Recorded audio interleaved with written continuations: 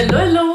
Il y a une question qui revient très souvent sur ma chaîne et c'est de savoir si ça vaut la peine de dépenser beaucoup pour des mascaras. Est-ce qu'ils sont si différents les uns des autres? En termes de mascara, c'est sûr et certain que chaque compagnie va venir créer des brosses différentes, des formules différentes. Donc oui, il y a une différence entre les mascaras et ça va dépendre aussi de nos besoins.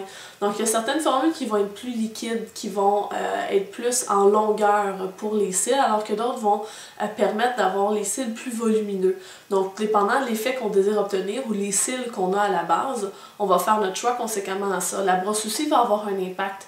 Parce que si on a une brosse qui est très touffue, qui va galber, qui va donner beaucoup de produit à chaque cil, à ce moment-là, on va avoir un effet beaucoup plus volumisant. Alors que si on veut quelque chose qui est davantage en longueur, bien, ça va être souvent des brosses qui vont avoir moins de poils, qui vont être moins garnies. Mais bref, donc ça a effectivement un impact. De là à savoir si ça vaut la peine de dépenser énormément ou pas pour des mascaras. Un mascara, en général, on garde ça à peu près 3-4 mois. Comme c'est un produit qui est proche des yeux en termes de bactéries, après ce temps-là, c'est mieux de le changer. Souvent, même de toute façon, la formule devient super épaisse ou l'odeur change. Donc, c'est des signes qu'on est dû pour changer notre mascara. Ceci dit, il y a certains mascaras qui sont géniaux dans la tranche des très chers, comme le Hypnose Star de Lancôme que j'adore, mais ça reste que c'est quand même un 33$, donc c'est quand même beaucoup de sous quand on peut en trouver dans les marques plus de pharmacie comme Maybelline, L'Oréal et compagnie qui sont très bien. Donc dans les mascaras moins dispendieux qu'on va retrouver en pharmacie, les classiques les plus vendus selon mon expérience de cosméticienne, mais aussi avec tout ce que j'entends sur internet de mes amis, etc.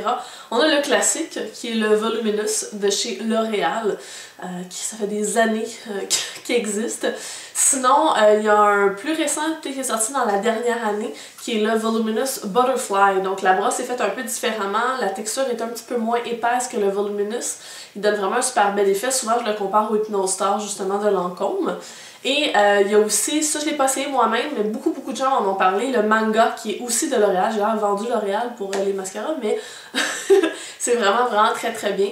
Donc comme il faut le changer souvent, comme je disais, moi je préfère investir dans, ben même pas investir, c'est plutôt l'inverse, je préfère prendre des mascaras de pharmacie moins chers que des mascaras plus dispendieux et peut-être mettre mes sous dans d'autres produits qui coûtent plus cher, qu'on retrouve pas d'aussi bonne qualité si on veut dans le mascara, dans les produits de pharmacie. Si j'en ajoute un, mettons qui n'est pas de L'Oréal, c'est le Extension Plus de chez Marcel qui est vraiment très bien. Il est moins en volume par exemple, mais je l'aime quand même énormément. Donc voilà, j'espère que ça répond un peu à la question. Donc oui, parfois ça peut être agréable de se faire plaisir en achetant quelque chose, un objet de luxe, donc un mascara Dior, Guerlain, etc.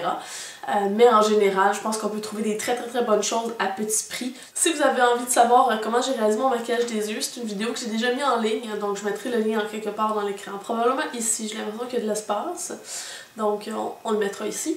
Vous pourrez aller voir là, les étapes pour le réaliser.